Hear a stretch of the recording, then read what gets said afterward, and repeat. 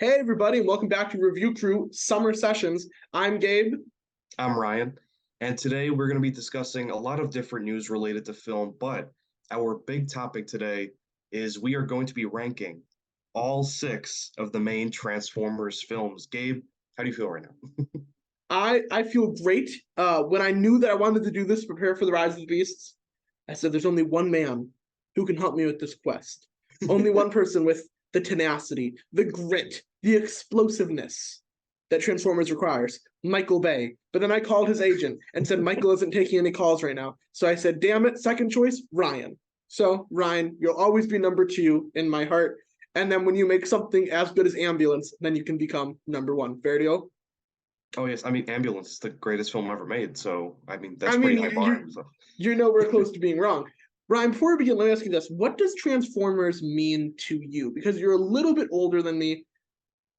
I essentially first learned of Transformers from these movies. I think I was 5 when the first one came out.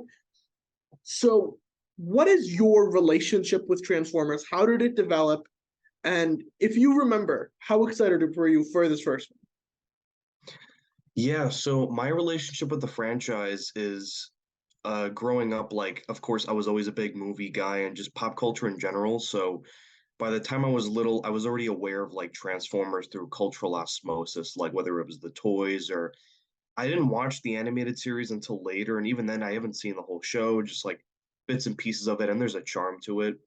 Um, but it was really that first movie in '07 that got my interest in it. Because when you're a kid, if we're just talking on a superficial level, the idea of machines turning into other machines, like a car transforming into like a fighting robot, it's like the coolest thing you could ever think of.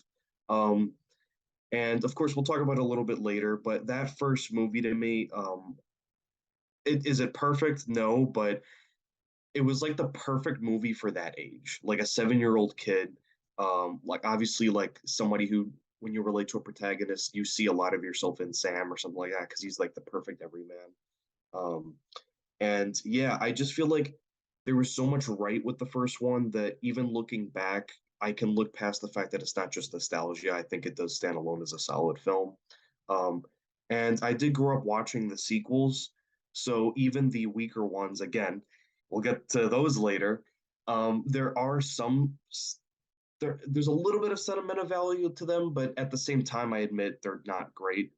I've always appreciated Transformers. I just think that it's never come together perfectly, unless you're counting the show, which I think, as simple as the show is, there was that charm and this sort of really funny sort of pulp feel to it that we don't really get in a lot of them. But it looks like we're starting to get that with the new movie. So I was wondering what you thought of that. Yeah, I think for me, like I said, my relationship with Transformers is really defined by the movies. And it's really interesting because going back and rewatching them to prepare for this discussion and also just for the release of Rise of the Beasts, these movies were not made for kids. These are PG-13 action movies where Linkin Park is the ending song. Like these movies weren't necessarily made for kids, but they're so simplistic. You know what I'm saying? That it's not like simple in the sense of American action movie where we gotta save the people and defeat the villain. Like Transformers isn't a super complicated idea. It is robots that can become cars and occasionally dinosaurs. But this series, I think its biggest issue is how dumbed down it feels. And maybe that is because of our director, Mr. Michael Bay, and then what Travis Knight and Stephen Capel Jr. are, I think, the three directors who've handled the series, with Capel Jr. During Rise of the Beast. And so I think for me, my disdain of Transformers, like the movies, because Transformers Prime is an excellent animated show. My disdain has always been because I feel like Transformers is like talking down to me. And it's like, Sure. Yeah. you are an action series. You aren't smarter than me. You don't need to explain your concept and your premise to me at the beginning of every single movie. And you don't need Mark Wahlberg with clunky exposition telling me that everything isn't okay after he saved the day in the last one. And so I really appreciate that with Bumblebee, we got in media res in the war for Cybertron and one of the sickest movie openings in a long time. That really just felt like that cartoon. And I have a feeling that's what Rise of the Beast is also going to do. And that brings me to my next question for you before we start ranking. Rise of the Beasts comes out in, what is it, 9 days? I think decently soon. We've got Yeah. Spider-Man this week and then Transformers next week. So the nerds are, our wallet is being drained for us with all these movie tickets. I feel like it's gouging. So let me ask you this. Are you hyped for Rise of the Beasts? And secondly, what does Rise of the Beasts need to do, in your opinion, to be the best in the series? So yeah, well, to be the best in the series, not to be a negative Nancy, but it doesn't really take much to be the best for this franchise.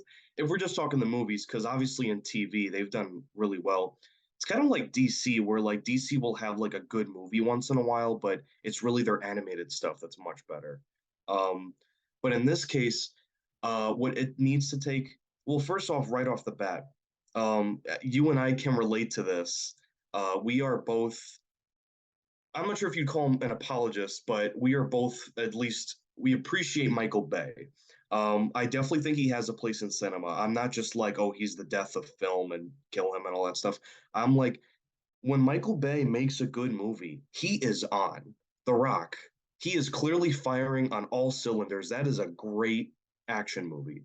Um, and again, we talk about the first Transformers. We'll elaborate a little later. I still think that movie has a charm to it. It's flawed, but I still have a good time with it. And some other stuff he's done, like Bad Boys. Bad Boys 2, like, is an amazing film in many ways.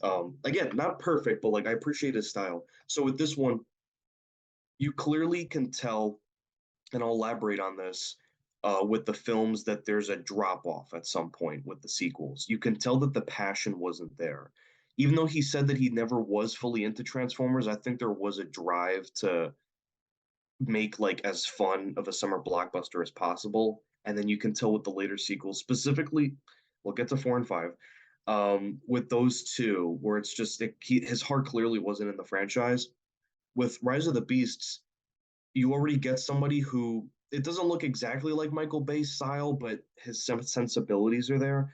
But you have somebody who, Stephen Cable Jr., who did Creed 2, which is a really heartfelt, well done sequel. Not as good as the first one, but it's still a solid film in the franchise. And I still haven't seen his film The Land, which came before that, but I've heard really good things about that too. So get somebody who's better at the human touch and characterization, and then you apply that to the Michael Bay style. I already think you're set for a better film. Yeah, I completely agree. I also like the fact that we're setting it in 94. Bumblebee set theirs in 87. And I think what it does is it can be in the same universe as the Bay movies, but we have some breathing room. Michael Bay's movies all happened within like 5 years of each other in the timeline. And it's just like humanity, like, it has been tormented by Chicago being destroyed, which in my opinion would be a good thing, but that's besides the point. And then like robots are being tortured, and then aliens are they're destroying Scotland, and Anthony Hopkins is dead, and just there's no joy anymore. And so I think setting this in 94 gives us some breathing room, lets them have a couple of cool decisions with music, with aesthetic, and creates a unique world that doesn't have to play by the same rules. But now it's time to get into the big reason why we're here, ranking the Transformers movies. We're doing the 6 live action and then the 87, I believe it is, animated movie. Mm-hmm. Do you want to go first, or do you want me to go first? What do you prefer? So we're getting into the ranking? Yep, get into the ranking. Okay. Going with So the yeah, worst. worst Yeah. first, and then we're gonna build Yes. up. Okay. You're the host. I'll let you go first. So. All right. Well, I don't think this is going to be surprising to anyone when I say that at number 7, I have Transformers: The Last Knight, the last Michael Bay directed Transformers movie. This movie is a clustercluck in the sense that there's so many different things going on, and none of them make any sense. Optimus Prime is bad now. Megatron is back somehow. It's the same way of like in Star Wars Episode 9 when they're like, somehow Palpatine returned. Somehow, after the whole Galvatron thing, Megatron is back, and we get no explanation for it. And Stanley Tucci is a wizard, despite just being in the last movie. And there's a dragon robot, and Mark Wahlberg is back, but also Mark Wahlberg didn't save anything. And there's a space wizard. She's a witch, and she's a robot. She's a witch bot, and that's a thing. And Anthony Hopkins is there, and Anthony Hopkins has a robot butler. It's a frustrating, confusing movie that breaks every rule of Transformers, and it's so infuriating. For example, we're told over and over and over, Bumblebee cannot speak. And then Michael Bay pulls Bumblebee speaking out of his robot ass to make Optimus not a bad guy anymore. And you're just sitting there and you're like, why didn't he do that before? Why didn't at any point when he could have? I don't know. I just simply do not know. I do not have the capacity to understand this movie and what's going on. I will say there's Gerard Carmichael is a fun comic relief, kind of filling the shoes of T.J. Miller. Not those were very big shoes to fill. After Age of Extinction, Anthony Hopkins is in it. That's the most you can say about that performance. Here's the thing. You and I became friends for many things, but one of them was we can both agree on one thing. No matter how bad Transformers gets, the sound design is always awesome. Yeah. And the sound design for the big robot dragon is really cool. But then they're just like, also, this dragon is a bunch of knights, and these knights hate Optimus. And you're like, what? And there's a jail? I don't know. The last night is like a Tame Impala song. The less I know, the better. Ryan, what do you have at number 7? Ooh, that was pretty clean. Well, thank you. I thought you'd like that. I did, and I know you'll like this. Gabe, guess what? Last night's also at the way bottom. Oh my God. No, it's just, I'm not even exaggerating. I think if we talk to the top doctors of the world, if we got like astrophysicists, they would agree. All the most influential people in the world. I think this is possibly, people have said this about all the sequels, but I think with this one especially, this has got to be one of the worst movies I have ever seen. If we're just talking like a major release film, and again, I'm not traditionally a Michael Bay hater. When he is good, he is really good. But when he doesn't care, like it's not Spielberg where like clearly if he just did a film just to, get the creative juices flowing like The Post, he can still make a solid film. It's not going to be one of his top 10, but it's still an okay movie. When Michael Bay doesn't care, it's just, no pun intended, a soulless machine. Like a lot of critics said, there's no humanity to it. Nobody talks like a real human being. And I'm glad that you mentioned Gerard Carmichael and Anthony Hopkins because they're the only people who seem to be having fun. The problem is they're not given anything funny to say. They're just like, just yell and act nervous and maybe be concerned for 5 seconds, but none of it amounts to anything. It kind of gets fun towards the end, but even some of the effects are questionable. Like there's Isabella Moner, her character. There's like a scene where like a baby transformer, one of the Dinobots, is like sitting on her, and I was just like, how much does this movie cost? Over 200, almost 300 million, and that's the best they could do, really? And like, there's a point where, obviously filmmaking is like a hard effort. I know. See, me already saying that, like you could tell I'm trying to make excuses, but that's my point. Is that there's a point where you can't just get credit just for showing up. It's like, this is a big franchise a lot of people care about. But clearly with this film, a lot of people lost interest because it's one of the lowest rated of the series. I think it has like a 16 or 17 on Rotten Tomatoes. It might be even lower. And financially too, there was that clear incline with Revenge of the Fallen and Dark of the Moon. It went from like 800 million to like a billion with the next movie. And then this one dropped to like 600 million or something, because they're clearly banking on the international box office for that interest. Hopefully we can turn things around with the new movie, but yeah, just what a slog. I'm also guilty of this too. My last thought that I'll wrap it up real quick is that I took my sister to see it because I was really hoping, because they were IMAX was building up. They were doing that partnership with Michael Bay. They're like, it's his last movie. He's been making movies with us for a decade with Transformers, and it was a little hype. There was some hype to it. I was like, maybe he's gonna go big with the last one. I will owe my sister until the day that I die. She fell asleep for the first half of the film. She was so bored to death. And then the nonstop action starts popping up in the second half, and then she was forced to wake up again. Basically, I tortured my sister, and yeah, I'm gonna be serving her until the day I die. So I hate this movie. Well, I'll just say this. First off, you are her older brother, right? Yeah. It is your God-given right to torture your sister, so never feel bad about that. Here's the two things I will say. Too far. Like exactly, you know what? Yeah, you know what? There's the Geneva Convention. All right, there's limits on what we can do. Movies. I will say this.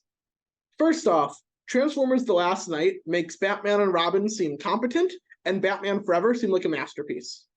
Oh yeah. That is like what I can say about it. Second, I distinctly remember the day before opening day of Transformers Last Night, I went to Walmart to buy groceries, and they were handing out free tickets to the movie. Yeah. This wasn't like a publicity thing. They weren't advertising it.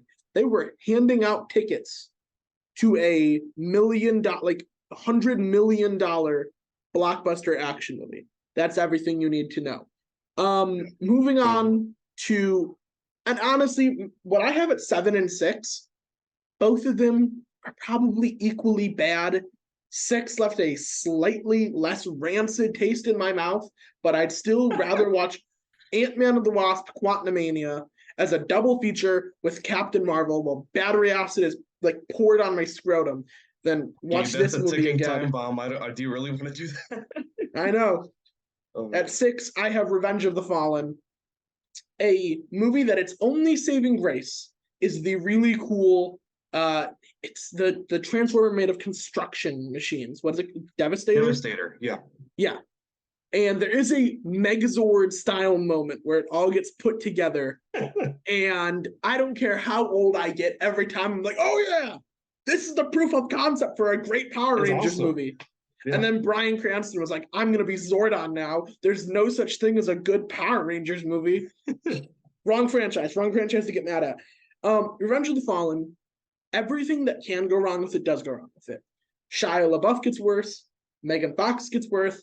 John Turturro somehow gets worse. Like everyone who was decent in the first one is not great. There's some positives. Peter Cullen. And you know, that goes for all of these.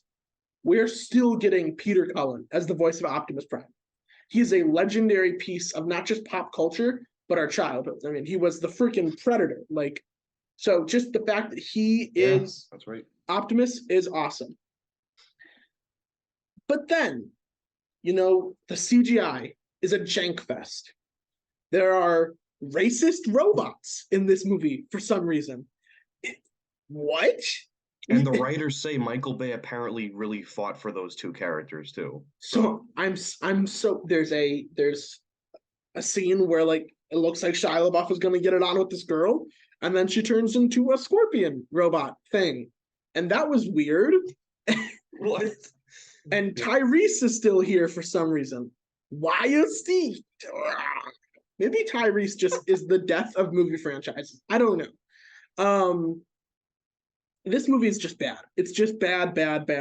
And like Megatron should like there's a cool idea for Megatron to come back angry, and then they're like, oh, you see this cool thing? Never mind, it's the Fallen. He's the villain. And then we just never get like because Hugo Weaving is damn cool as Megatron in the first movie. Yeah. And then they're like, but you never get enough of him. You want more. And then they like show him, and then they're like, no, here's a slightly less cool thing. So I don't know. I've never heard anyone say they like Revenge of the Fallen. I've heard that it's the the nicest thing I've ever heard about this movie is that it is somehow not as bad as The Last Night. That is the nicest thing I've ever heard about it. And so, am I missing anything good about this movie? Yeah, I mean, it's an interesting point because I have this weird fascination with this one in particular. I think a part of it has to do with the fact that it's funny now that there's a writer's strike going on. This movie was one of the films from '08 to '09 that was affected by that writer's strike. So that's why it's clear like there's just plot points that don't make any sense, characters that do stuff out of a whim. Um, Michael Bay basically just went into the desert and shot dirt, and they tried to make something out of it. Um, but yeah, it's funny because as much as I have this odd appreciation for the movie in a weird way, just because I do think there are cool aspects to it, but see, like just look at the way I'm talking about it now. I can't even say it's a good movie. Like it's just not a part of my DNA. Like my brain is like saying no. Like this is just not good. But there's something about it, and I'll get into it in a little bit because I actually have it higher than you on my list. But yeah, the Devastator sequence I thought was amazing. That scene at the time, apparently that was the most complicated CGI character. Like apparently there's like behind the scenes footage of how all their laptops would like basically like turn off or burn out because of how complicated the machine was. It's like wow, he really is a Devastator. Um, Again, Peter Cullen's great, but like again, talking about wasted talent, you get Peter Cullen, who's like a legend in terms of voice acting and like we said, pop culture. Optimus Prime is one of the most iconic characters of all time. I remember this is one of the first times I remember, I don't want to say disappointed, but I felt underwhelmed as a kid. I'm 9 years old when I see this in theaters with my dad. And I remember, spoilers if people haven't seen it, it's a big movie, but Prime gets killed by Megatron and probably one of the best sequences in the franchise, the forest battle. That actually is legitimately great. He gets killed and it's a big moment, but it comes so early in the film that like you don't feel invested enough to care. You're like, "Oh, it's a bummer." And then they toy with that even more by bringing him back. So it's like, what was the point of killing him if he was just going to come back in the end? It's so dumb. I'm glad you mentioned the Fallen. Maybe one of the worst villains, I think, in a film. Again, we keep saying worst a lot, but there's just, oh man, the Fallen. They hype him up as like this big baddie. He can only be defeated by a Prime, but Megatron does that in the first, what, half hour of the movie. So what does that make the Fallen then? It makes absolutely no sense. Um, yeah, I really don't know what else to. I mean, I'll save my some of my talking points for later because I have it on my list. But yeah, not a good movie. I'll say this: I like Tony Todd. I love the Candyman series. I love Tony Todd's performance as the Fallen. He's Marvel Spider-Man 2. He's coming to play Venom, and I'm so excited that like we're getting his voice acting. I don't know. I don't know what else good to say. I there's I forgot how bad this movie was until I started it and we started getting the he's like seeing an equation everywhere around him and he can't stop seeing. He's like at a party and Oh I yeah, know you've got your feelings about that party scene, so I'm not going to take it away from you. I'm going to let you talk about it. yeah. But he's like seeing equations everywhere and like he's spazzing out. And Shia LaBeouf just it's hard to say now because we know of his like mental health struggles, but it gets really bizarre. And then Rainn Wilson is just randomly in this movie, and they're like, Dwight, go back to the office. I don't know. Yeah. I'm gonna let you get to your positives about Revenge of the Fallen when you get to it on your list. What do you have at number 6? So yeah, number six, I actually have, and this could have easily been at the bottom, but because just there's a few aspects that I have are hold dear to me more than last night. I think I just get more out of it than last night ultimately. And that's Transformers Age of Extinction. Um, this is a movie, it is horrendous. Honestly, in many ways, this is also one of the worst movies I've ever seen. It's just, I think this is where the drop off started. This is where you can tell Michael Bay did not care anymore. Um, his style is there, but he's clearly on autopilot. I don't know if that's a pun still, but but there's kind of this dull nature to it that even though it's still obvious that he made the movie, again, nobody sounds like everybody, all of his movies, like everybody's a cartoon character. There's no one to really latch onto. Cade Yeager, um, yeah, like I'll be honest, like I know Shia LaBeouf, he gets a little bit much with the yelling, but I'll take if we're talking the first movie and even Dark of the Moon, which we'll get to, I'll take Sam Witwicky over Cade Yeager any day because he's just such a wet blanket. There's nothing to him. So yeah, do you believe this? Marky Mark, tough guy from Boston, supposed to be from Texas. Apparently played football in high school. I can believe that. He's got the build, but he's an inventor, and he's talking about how like that's a role that you cast like Michael Cera in, or you cast honestly get Gerard Carmichael to play that role. He could have killed it, but I mean like and I know saw press about this where Michael Bay he says stuff that directly contradicts the film. He's like, I wanted to tell a father-daughter story, but that relationship is so rushed and superficial. It's just he's got to look out for his daughter, but she's older and has to move on. Okay, I don't know if you want to get to this. I'll get to my points real quick. It's too long. It's I'm almost just gonna three say, hours. Yeah. Age of Extinction is my number 5. So if you just want to, we can talk about them at the same time right now. It, and then we can go to your number 5 because I think we both have some very similar criticisms. Yeah, we could. Yeah. Specifically, the daughter has a boyfriend who's older than her. Okay, a little weird, a little icky, but whatever. At the ready, the boyfriend has a card explaining the Texas Romeo and Juliet Act, which is like, hey, it's okay that I'm older than your daughter and boning her. Here's a law saying it's okay. And I printed out the law because people have asked me about this multiple times. You have What proof of it? Yeah. what in the name of nastiness is going on in Age of Extinction? Like Why is this in a it's in a family action movie? Why is that there? Like there's there's a couple of cool things in this movie. Like for example, Drift, the samurai transformer, played by Ken Watanabe. yeah. It's pretty cool looking. I'm not gonna lie, pretty cool looking.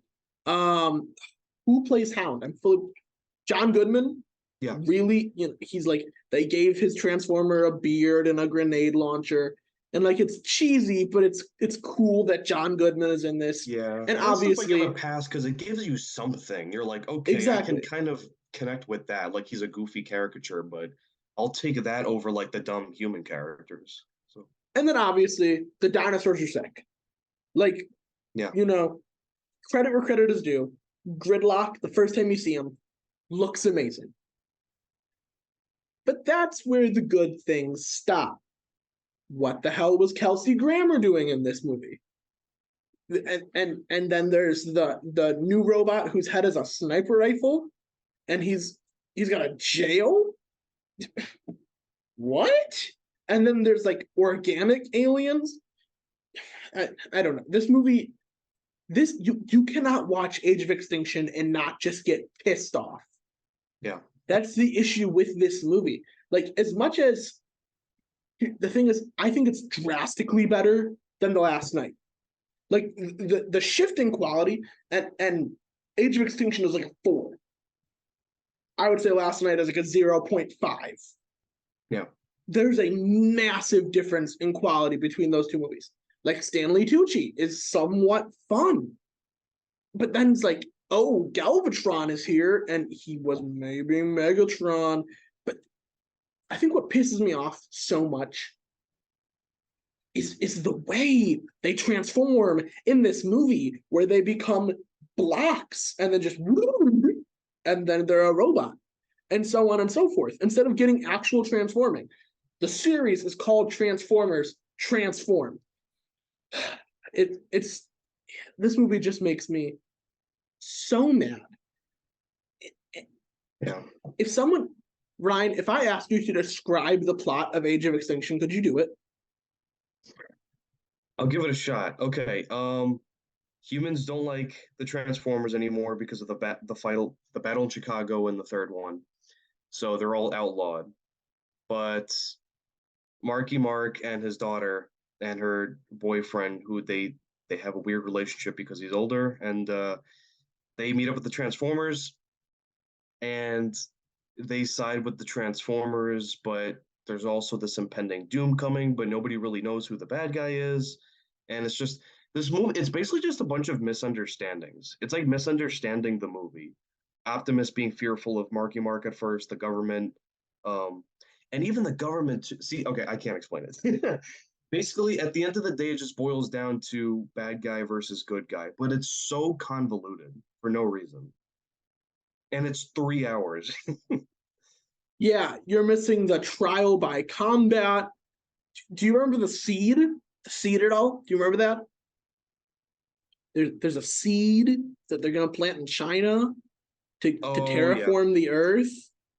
And then there's, you know what the worst part of this movie is? So many people, this movie is like infamous in the effect scene. So many people were injured by its practical effects. There's a Mhm. part where there's a giant tractor beam and these cars are being lifted up, and they had stunt people It's actually a cool inside the scene. cars. Yeah. Yeah, except they don't show you the impact. And so this girl went on Corridor Cruise, Stunt Artist React, which is an amazing YouTube series. I highly recommend it to everyone who's interested in movies. And she's like, yeah, everyone I know who worked in that movie got injured, and you don't see any of them. You can't see them inside the cars. Michael Bay said they'd added in post, but they never did. And so she's like, Wow. yeah, she's like, I separated my shoulder for this. And she's like, you don't even know I'm in the movie. It's like, oh my, what?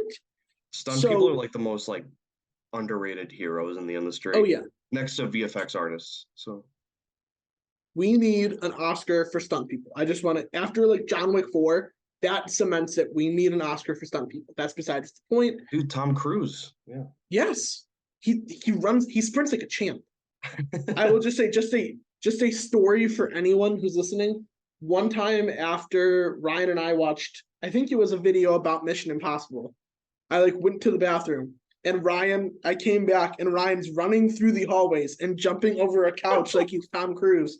And I have never been more impressed in the entirety of my life. So I just want to get that out there. Anyone who's looking to hire a body double for Tom Cruise, Ryan McGuire. That's all I'm saying. He's willing to do accents. Clearly I'm the trying to spitting think of image. I'm trying to think of anything else that's good uh, uh, about. No, there's nothing else good about Age of Extinction. I think we covered it Lockdown. all. I think Lockdown's pretty cool. Lockdown is he's kind of cool. The fact that his head is a sniper rifle, cool. I jive with that. But we see him do it like twice, and then that's it. And so Yeah. I don't know. TJ Miller is horrible in this movie. I mean, he's Yeah. also just a bad guy. We can call it like it is. He's horrible in this. Kelsey Grammer is like struggling with this movie.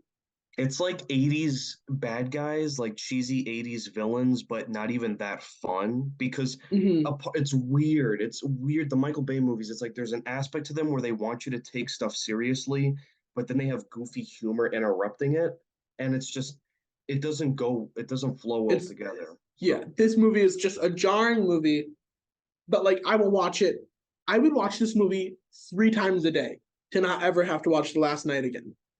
Like yeah. if you offered me Last Night once a day or Age of Extinction 3 times a day, Age of Extinction 3 times a day, not even a question. Like I don't know what to say to that. Ryan, I'm just gonna get a guess. You have Revenge of the Fallen at number 5. Well, your guess would be right. Okay, I I was do gonna have say you Revenge want of to the talk. Fallen 5. I was gonna say you better not have it anywhere lower than 5. It's That's when I'm number gonna two. start yelling. I would start screaming because it's a steaming bag of number 2 is what it is. Why don't you tell us why you have it at number 5? What you like about it more than Age of Extinction? Yeah, so like, well, one thing I wanted to say is that with Lockdown, the character, even though I like that design and the voice actor, he has a very commanding voice. I think his character kind of surmises how we feel about the franchise as a whole, specifically the movies. Looks cool, sounds cool. There's a lot of stuff to appreciate. At the end of the day, there's nothing to it. It's just he's given generic dialogue. Um, his actions don't really have any consequence or make sense. It's just repetition. And with Revenge of the Fallen, Um, Fallen is a worse villain, but I think overall, what I appreciate about the movie, this is one of those cases again, like the script was all over the place because of the writer's strike, and just there was no set plan. They clearly, well, we see what happens when there's no plan with the Star Wars sequels. But I mean, with this film in particular, you can tell it's weird. Like again, I can't call it a good movie. I feel like there was some sort of excitement Michael Bay had with this film because he's clearly really creative with some of the angles. There's some really solid action in it. Um, I did notice like when I rewatched it a few years ago, some of the effects didn't hold up as well to me. Like there's one scene in particular where Starscream and Megatron are on top of a building, and I'm like, that doesn't look great. But there's still a lot of really innovative filmmaking here in terms of the spectacle of it all. This film does feel huge because where the others feel kind of dull and forgettable, this is like, oh, this is the Michael Bay style. The filter is pretty interesting. I just wish I had a character that I could actually connect to or have a plot that made sense. So yeah, and I think that that whole sequence with Shia, where he's freaking out, he's like writing the equations on the whiteboard. He's like freaking out and everything. It's so weird. It's like my fascination really just comes from how like epic of a failure the movie is. Even though there are some aspects where I'm like, oh, that's a cool shot. The music here is great. First of all, we should bring up Steve Jablonsky has never made a bad score in the series. The music is really good. Um, and the track Arrival to Earth from the first movie is just one of my favorite film scores in general. Um, but yeah, it's just everything just goes on for too long. It's not like the first movie never had flaws, but with the sequel being like the first movie on steroids, it was kind of like, okay, now we know what we're in for. And yeah, it's not a good movie. I may or may not be making a video about it in a little while just to hype up the new film. But yeah, there's not really much else I can say. Well, now we're finally going to get to the last four movies. All are at the bare minimum are good. So at number 4, I have Dark of the Moon. Now I need to Me acknowledge I too. am definitely I okay, perfect. So we can discuss these at the same time. I am definitely biased about this movie. Shot in my hometown of Milwaukee. So, there's some other stuff, maybe an extra, who knows, who knows. But oh boy, Dark of the Moon. When you first, if I were to tell you the cast for this movie, you honestly might think I'm like talking about a really great movie. For example, John Malkovich, Frances McDormand. You're thinking, oh, is this Burn After Reading? Ken Jeong. But no, this is the cast of a Transformers movie. Shia LaBeouf is also there. Patrick Dempsey is there. But like those three, who did they owe money to? Who was it? Like, were they in one of those Molly's game poker games and they owed somebody money? I don't know. But the humans, by far, worst part of this movie. Okay, we can acknowledge it. Ken Jeong is so annoying in this movie. Yeah, that was odd. That was so odd.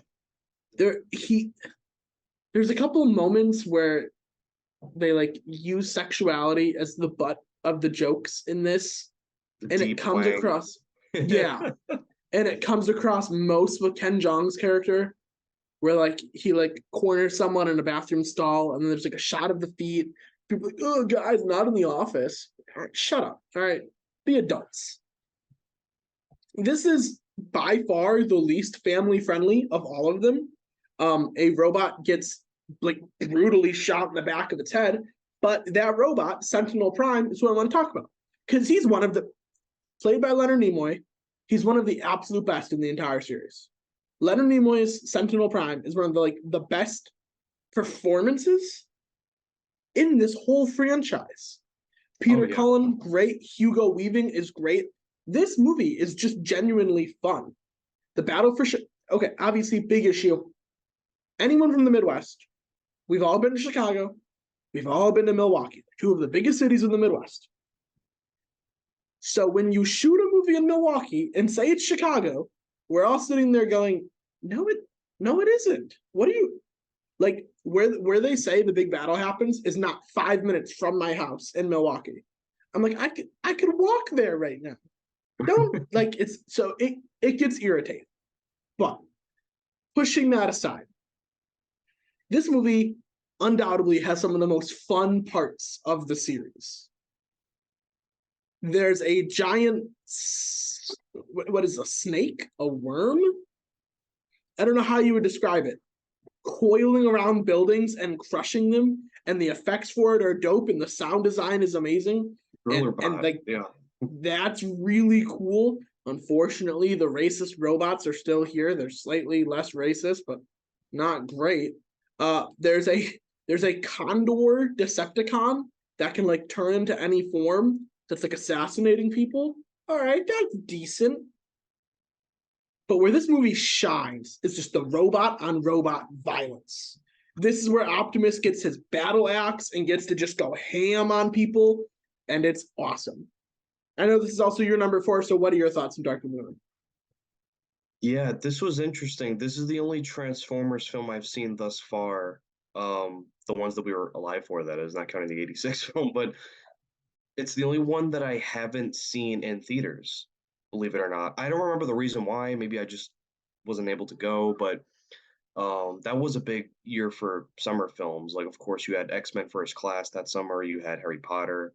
Um, but I gotta say, this again, I still wouldn't call this a good movie. There's a lot of horrendous stuff in it. I think the first 2 hours are borderline unbearable. It's like it's so boring. It's I don't care about Shia LaBeouf's love triangle with Patrick Dempsey and Rosie Huntington-Whiteley, who I don't mind. I don't mind her in the film, and Pat Dempsey's a good actor, but it's like again, it's just wasted talent. I think it was literally. I think people just really like the catering on these movies. I think that's why they get the big actors to do this stuff.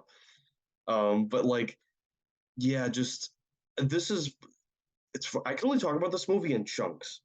The moon landing, all that stuff. It's cheesy. It's stupid. I'm for it because it's Transformers and I just want goofy fun. I like the opening. Then we get to Shia LaBeouf's story. I actually think this might be his best performance of the series because I think he's really giving even some of the comedic scenes. I think you clearly can tell that he's giving it his all. Um, and I like Jeremy Johns said this back when he reviewed the film back in 2011 that Sam's character he just wants to matter. He wants to have purpose, and I definitely related to that a lot in the character. Um, but yeah, you just have to get through a lot of boring, again, government talk, Ken Jeong being annoying, our introduction to Rosie to Huntington Whiteley. First of all, there's no real explanation why Megan Fox isn't in the movie. We know why from behind the scenes, but for the film, there's no real explanation. Someone that you've bonded with for 2 films and then just dump them like that's a little weird. Um, and how do we introduce the new character? A close up of her butt as she's going up the stairs, because that's tasteful. And it's a slog to get through, but those last 45 minutes are insane. I would say this is my recommendation for this film. I don't recommend the whole movie. Just skip the first 2 hours, maybe watch the moon landing stuff and a cool action scene here and there. Skip all of that. Just get to when Optimus shows up with his shotgun and he goes, "We will kill them all," and just watch it from there. It's incredible action. It really is. And that scene with the lizard you talked about, Driller Bot, um, I have like this obsession with really good sound effects in movies, and this franchise is no exception to that. That Driller Bot is like that single scene where it's tearing up the building and coming out like that. Honestly, that scene inspired me a lot when I was little. I was like, I want to do something that crazy when I'm like a professional. So I do owe the film that in a sense for inspiring little Ryan. Um, but yeah, there really isn't much to it. Also, the film just ends awkwardly. Optimus just kind of stands and gives a speech, and then boom, directed by Michael Bay, and that always kind of rubbed me the wrong way. Um, yeah, I'd only recommend the ending to the movie, really, and I think that says a lot. So Yeah, it tries hard. That's really all you can say. That this movie tries hard. All right, at number 3, this is where I have Transformers the animated movie from 1987. It was kind of a toss up between this and the 2007 Transformers. Really, my only issue with this animated movie is that the voice cast obviously does not want to be making this movie. Like, it is just a poorly acted movie, which sucks because the animation is actually very solid. 1987 standards. Orson Welles playing Unicron. Uh, you and I were talking before we started recording, and he thought he was doing a toy commercial. Yeah.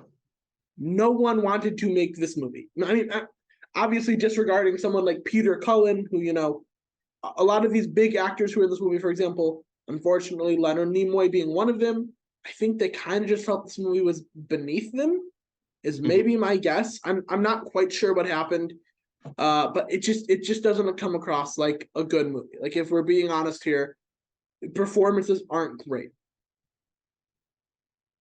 But somehow I made it through a lot, like 13 years of my life without this movie being spoiled for me.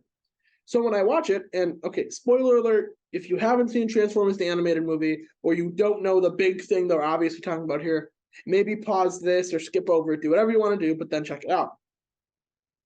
They kill off Optimus Prime in this movie. And like an actual sad death. And so I think that's honestly the only time in these Transformers movies that I've ever really felt an emotion. Like, I'm trying to think of any besides that, and I can't. Yeah, And we've had like so, two movies where Prime dies, and the one of them you don't feel anything, and this one it's like a big moment in the film. So yeah, this movie isn't amazing, and that's the thing that I feel bad about. There's really no amazing Transformers movie. There's no like the worst of the MCU. For example, Thor: Love and Thunder is still better than almost all of these movies.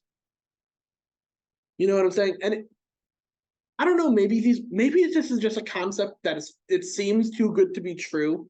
Like, maybe there's just not enough to make these into movies. But boy, oh boy, does this one, it works the best in all of them in the sense that it gives us the G7 era. mm-hmm.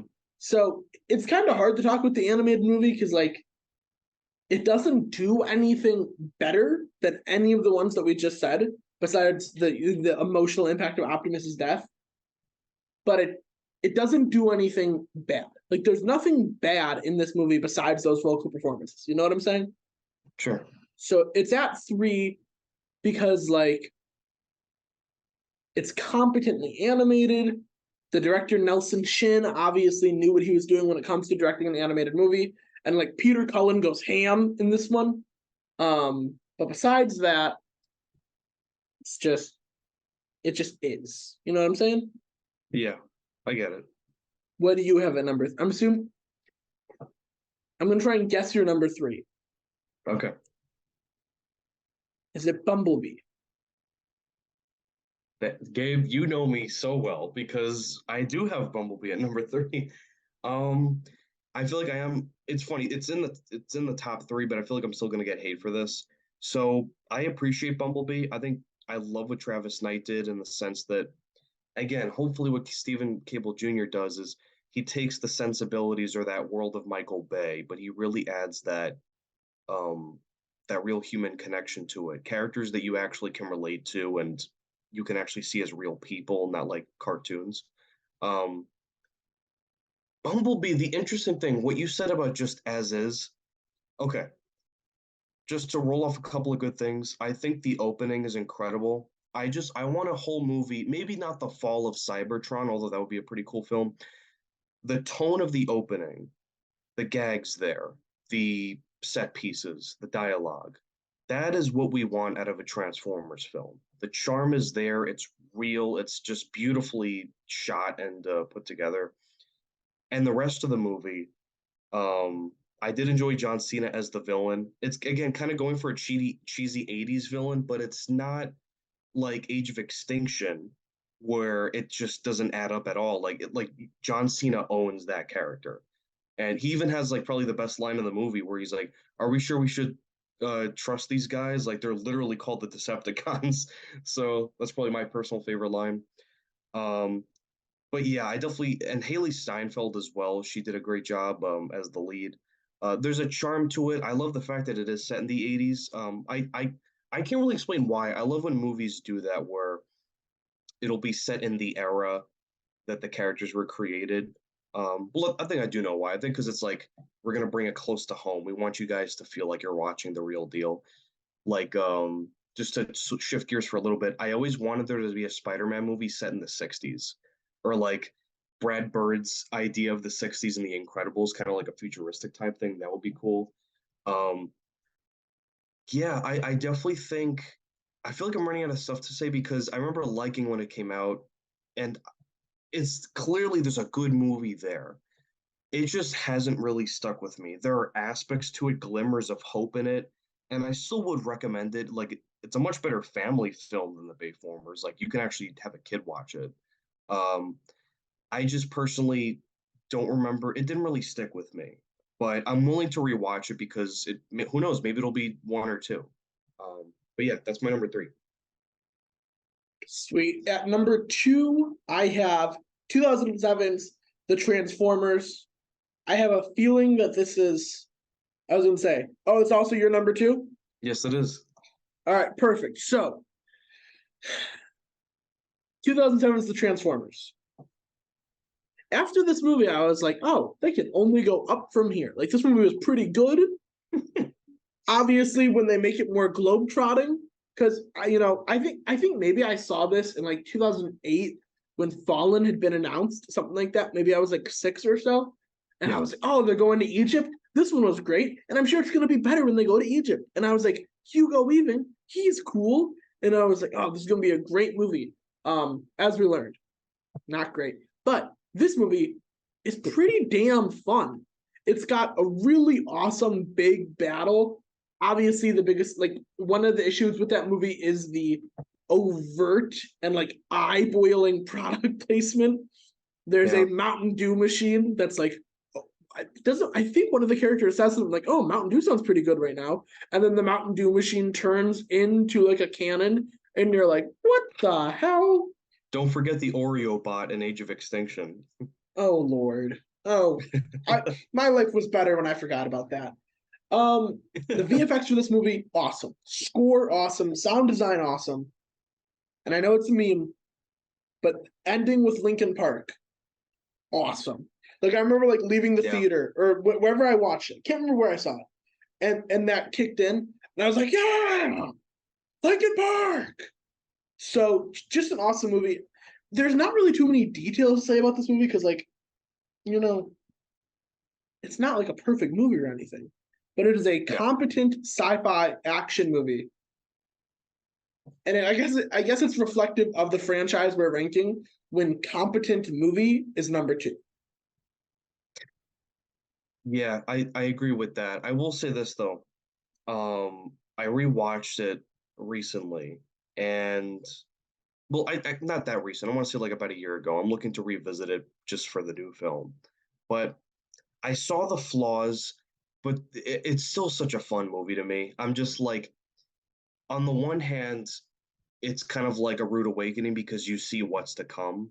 Like, there's no, it's like it's not like they lied with the first movie. Like the movie's pretty honest about what it is, and we saw that it kind of bit us back with the sequels. Um, but where the product placement was way more obvious in the sequels, like again, we kind of skipped over in Age of Extinction, the fact that well, we brought up that they go to China, but there's no real explanation for why. Stanley Tucci's character is just kind of like, oh yeah, I have an office in Hong Kong, and it's just an excuse to like pander to that market and stuff like that. And you see the way that it's marketed there. Whereas the first movie, yeah, the product placement's there, but it's toned down. Basically, it's like all the other movies are just the first film, just on pure adrenaline. Um, what I like about it though is that I think, first of all, I actually think Sam's parents are kind of funny in it. I don't think that they're like hilarious, but it's like, oh, like he has these funny, goofy parents. Like I thought it was funny when I was a kid. I think Sam's a really good, relatable character. Um, and sure, you could say it's cheesy and kind of dumb, but his dynamic with Megan Fox, I really do think they have chemistry. And not saying it's like, Bogart and Ingrid Bergman or something like that. No, But but it's like you are right. And now that you're saying that, the part where Bumblebee is like trying to be a wingman to Shia's character, that's like yeah, actually fun. It's a fun scene. Or the scene where like I think it's the dad who thinks that Sam Witwicky's on pot or whatever, yeah, because all the robots like there's some actually funny parts to this movie. And I kind of blame this movie for Marvel being what it is. And by that I interesting. mean if this movie came out now, we'd all go, "Oh yeah, this is a big Marvel style movie." I Hmm. think this movie, despite not being an MCU movie, has a big part to play in the Marvelization of movies, where it's like joke, joke, joke, joke, joke, explosion, joke, joke, joke, joke, joke, uh, bigger explosion, and we're all like, okay. And so, being 5 or 7 in your case when we first saw this, I remember like the joy I felt watching this movie. I guess I'll just close with this one and saying I wish I never rewatched it. Hmm. Because if you're somewhere between 4 to 8 years old, this movie will rock your socks off and be everything it needs to be. Like you'll laugh hysterically. Like there's guns, explosions, bombs, swords. Like there's Starscream. Like Frank Yeah. Welker's in this. He kills it. And so I wish I never rewatched this one. Does that make sense? It does. And again, I still think that like the last battle is really well done because again, like again, there's some issues like sometimes the camera can be shaky, but there's clearly a love. There's this drive, no pun intended, to make like this really solid family action film. And you have like a relatable character in Sam. You have him and he and even Megan Fox's character, like I mean, yeah, Michael Bay is known for sort of like the dehumanization of the female characters, but with her, it's like at least like she does actually make herself useful in like some of the action sequences, especially towards the end when I remember like rewatching where she's driving Bumblebee around. She's like, "I'll drive you, shoot!" It's like, "Dan," and the music starts. I'm like, okay, this is actually cool. It's like a little kid's dream come to life in many ways. But what I will say, even because again we keep talking about how it's fun but flawed, I read Roger Ebert's review for back in the day, and he makes a very valid point. He was saying that the human characters, of course, resonated with a lot of people, and seeing the Transformers come to life. Because when you really think about it, aside from maybe Godzilla, like giant robots like that hadn't really been done before, or at least not that great. And that was a big deal too, getting those characters right. Um, but he made a good point at the end of his review. So he gave the film 3 stars. He hated the sequels, but he liked the first one. And he said, I noticed though that once the And real mind quick, numbing, yeah, for our audience, that's 3 out of 4 stars, right? yes, sorry, 3 out of 4. So Um, roughly equivalent to like an 8 out of 10, probably seven and a yeah, half out of 10, somewhere around there. like a 4 out of 5, probably. Yeah. Um, but what he was saying was that he noticed people resonated with the jokes and the stuff, the marvelization, like you said. But once the action started, he said the theater just went silent. And he's just like, I think that says a lot. I think that the mind-numbing action got too long. And in the first movie, even though it is shorter than the sequels, it still feels a little too long. There's too many characters. And I know Ebert, he like sounded genuinely upset because he's just like, this is a good movie, but it lost a potential 4th star. I was like, he could have given a Transformers movie 4 stars, but it's too much movie. So yeah. Well, now it's time for me to talk about my number one. By process of elimination, obviously my number one is Bumblebee. Brian, do you want to know why Bumblebee is my number one? Why is Bumblebee your number one, Gabe? 4 words: John Felix Anthony Cena. Full Oh my name. God. I kid about that, but like But he you can't genuinely see him, is. so how can you tell him? No. You silly goose. You funny man. You are one hysterical guy. That is an original joke that I have never heard before. In all seriousness, I'm kidding, Ryan, I love you. In all seriousness, John Cena is genuinely one of the best villains in the entire series. Like Yeah. he gets his moment of like realizing he was wrong. He gets his redemption, and it's awesome. Haley Stein, by far best human protagonist. Like it's Yeah. not even a question.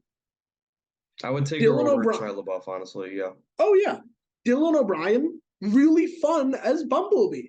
I'm not like crazy about Dylan O'Brien. Like my experience with him is my girlfriend's celebrity crush and my sister's crush, and so that's my experience with Dylan O'Brien.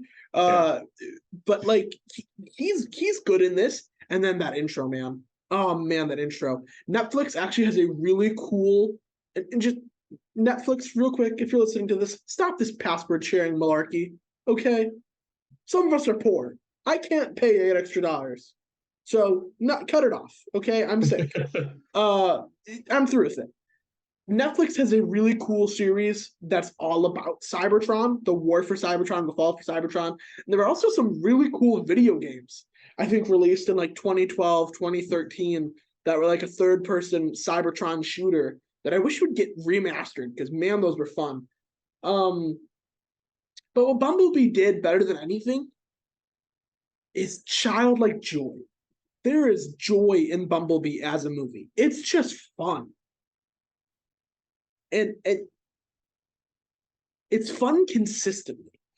Because even the worst, even the last night has like one fun moment or something. I Yeah. can't think of it off the dragon. Seeing the dragon, I guess, is fun. All of these movies have fun points, some less than others. Bumblebee as a movie is just a consistently fun family action movie. Yeah. And in 2018, we didn't get too many of those that weren't Marvel. So it was just nice to have a fun, enjoyable movie that I could take my little brother to. He's 4, or we saw it when he was 4.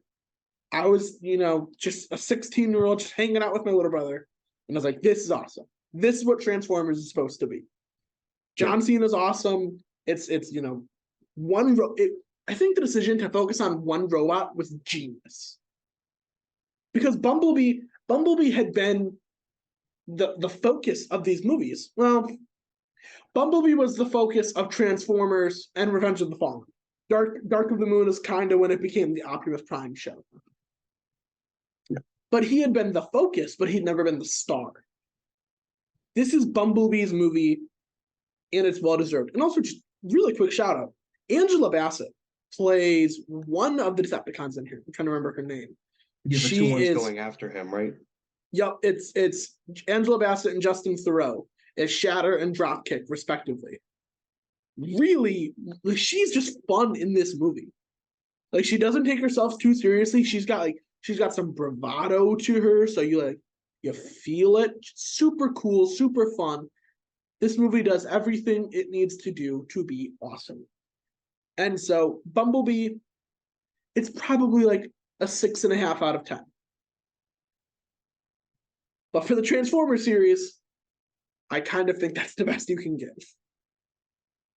Yeah, honestly, hearing you talk about it makes me want to rewatch Bumblebee more now because I do remember thinking it was solid. It's just I just remember like it didn't stick with me like the way the first Michael Bay one did. But I'll probably have a different opinion when I rewatch them. So, Oh, sorry. Didn't realize my mic was muted. oh, By process of elimination, we all know what your number one is. Transformers the animated movie. yes, it Why? is Transformers, the movie from 1986. Um, Oh wait, I'm yeah, sorry. Is that the actual correct title? What's the actual correct title, Ryan? oh, this is so ridiculous. Technically, the real title is The Transformers, the movie, which is annoying, but whatever.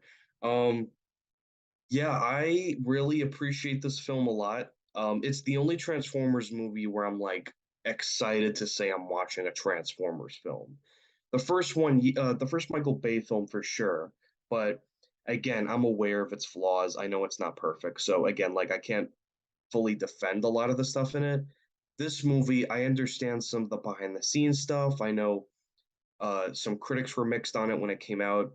I still think there really is this 80s sort of like glorious animated charm to it. I think the designs are fantastic.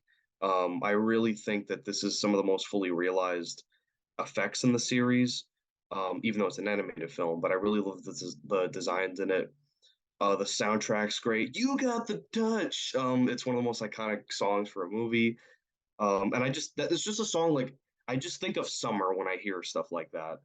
Um, Again, not perfect, and in many ways, this was kind of another toy commercial because a lot of the characters that, even though the emotion beats hit you, you're still aware, oh, they're probably doing this because, they're trying to introduce a new set of toys. But even for that, there's still like this fun energy to it. And who knows? Bumblebee could be my favorite for all I know when I rewatch them. But as of now, this is the one that has stuck with me the most, and where even though it's not perfect and there's clearly some casting decisions that were a little odd, or maybe the story is kind of rushed at times, because even though it's a quick movie and I appreciate the fast-paced energy, it does kind of go by a little too quickly for my taste. But this is where I'm like, this is what Transformers is supposed to be like, or this is what it's supposed to feel like. So if we can get the tone of this movie, the energy with everything, and already apply that to Stephen Cable Jr.'s film, which is already, it looks like he's kind of going for that because Optimus looks very different. So it looks closer to the 80s than it does the Bay films. So if we can get something like that, then I think we're set. Again, not a masterpiece though. That's the biggest disappointment about the series. There's no like great Transformers movie, even though it's fully capable of that. But for as it stands, this is my number one. Yeah, so before we close, let me just ask you this. You are an aspiring filmmaker. You're a talented writer, talented filmmaker. I believe in you. I'm buttering you up so I can star in your first movie. Buddy, if they let you're you the direct a talented one though. that's all you, buddy. If they let you direct a Transformers movie, what would you do with it? Oof, that's tough. I mean, for a Transformers movie, well, what I like about these new ones, like in particular Bumblebee and Rise of the Beasts, I would set it as a period piece. I'm just kind of like a fan of going back anyway and putting a different filter on it, like not just Transformers, but the X-Men films in particular. I really like how they were going back in time. Like First Class was the '60s, Days of Future Past, Future, and the '70s. Um, so yeah, I would probably have it set like in the '80s or '90s, and I would have the focus be. I think Bumblebee would be the focus, but I'd probably have like one of the other characters lead too. Like I'd have RC, like RC's a character. I know she's gonna have a bigger role in this the new film, but she's a character who like I don't know if I'm allowed to say this word. I think she's a badass, and I think in the end in the show, like in the series, like I know, or I'm pretty sure pretty sure she was in the movie. Like I like her design and everything, and I think she works. And we don't get a lot of like female Transformers characters, so it's cool to just see it one like just present. Um, Basically, I would have human characters definitely be the background. Like they're there because I think you probably need humans for a film. But then again, Finding Nemo like works just fine. So, 20th anniversary of Finding Nemo. So, but yeah, like I think if I could get them to space, I just want to do something that hasn't really been focused on before. Get them in space, have it be a period piece maybe, and that's kind of what I do. I'm I'm gonna be honest. I asked that question so I can pitch mine. Get comfortable. Do you Okay. know what all right, here you go. You ready? You're probably gonna do a You better know, job at it than me anyway. So well, I'm a nerd about the Transformers comic books. So if you're not a comic book, you're not gonna know these characters. So I'm gonna explain it to you. Do you know what the Combaticons are? I think I've heard you talk about them. So The I might have talked about them before. The Combaticons, thanks for asking, are Transformers whose other forms are war machines. You have okay. like an artillery truck, a Leopard tank, a combat support vehicle, a sea spread helicopter, stuff like that. So I would have it be about, ready? Here you go. World War II, the Americans are losing to the Nazis, Oh and boy. they make a deal with the Combaticons. So it's a unit of Combaticon, a tank, an artillery truck, stuff like that, going into war with like a group of American soldiers. and like for example, I have one of the Combaticons, they like lost their family or something in the war for Cybertron, and like one of the soldiers is like scared out of their mind, they're not going to make it home to their wife and new kid, and that Transformer gives its life for that, for that human. World Actually, War we II. get a taste of that in Last Night, right? Yeah, a little bit, but not like the Transformers like fighting in World War II. Yeah, I mean, Like then again, that was like so weird in that movie. That came out of nowhere, but yeah, I like your idea way more already. So, like battles in the trenches, and they're like, we can't get over this wall. Transformer walks over wall, and we're who's all just like a sitting there highly in theater. decorated German soldier, and then like Megatron just steps on him or something like that. We're all sitting there in theaters going, "This is pretty good. I'm not gonna lie." That's directed by Gabriel J. Brown and Ryan McGuire, Ooh, I like it already. So. starring Jefferson Pan. No, and even and then we get Ice Spice to do the soundtrack. So, I'm not hooking you up like that, Ryan. That's not my job. But I think that was a good discussion on Transformers the series. I'm more excited for Rise of the Beast now because I think Rise of the Beast truthfully has the potential to be the best one. Stephen Caple Jr., I don't think he's as talented. I don't think he's as talented as Michael Bay, but he has great talent, and here's what Michael Bay doesn't have: self-restraint. So right. I trust him to make a good movie. Rise of the Beasts is going to live or die on Pete Davidson's performance, in all truth. He is the straw that might break the camel's back in this movie. He recently described his performance. He said he was trying to go for Jim Carrey in The Mask meeting Bugs Bunny. And that scares me, I'm not going to lie. Because last time I saw Pete Davidson in a movie was Fast 10. And that did not go well for anybody. Oh yeah, that scene was so bizarre. It was a pop brownie scene with Pete Davidson. But before we go, Ryan, do you have anything you want to say to the millions and millions of fans out there on OTN? What should I say? Well, I don't know. kind of sneak peek. I did kind of Plug sneak your peek. show. Yeah, I mean, well, you guys can follow me. My YouTube channel is at Rich Cinema, so make sure to like and subscribe. You can follow me pretty much anywhere on most social media platforms, or at least Instagram. You can follow me at Ryan T. McGuire. And yeah, I may or may not be doing an analysis of one of the Transformers films, Revenge of the Fallen. But yeah, I'm just really excited. I'm happy to be on the show. I'm always happy to talk movies, film history, all that stuff, and happy to follow your lead, Gabe. Great host right here. So. Well, thank you. Everything I know, I learned myself. Nobody's ever helped me. I'm responsible for everything. No, I'm kidding.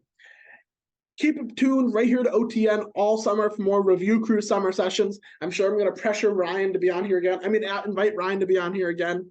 But yeah, keep watching. We'll see you next time.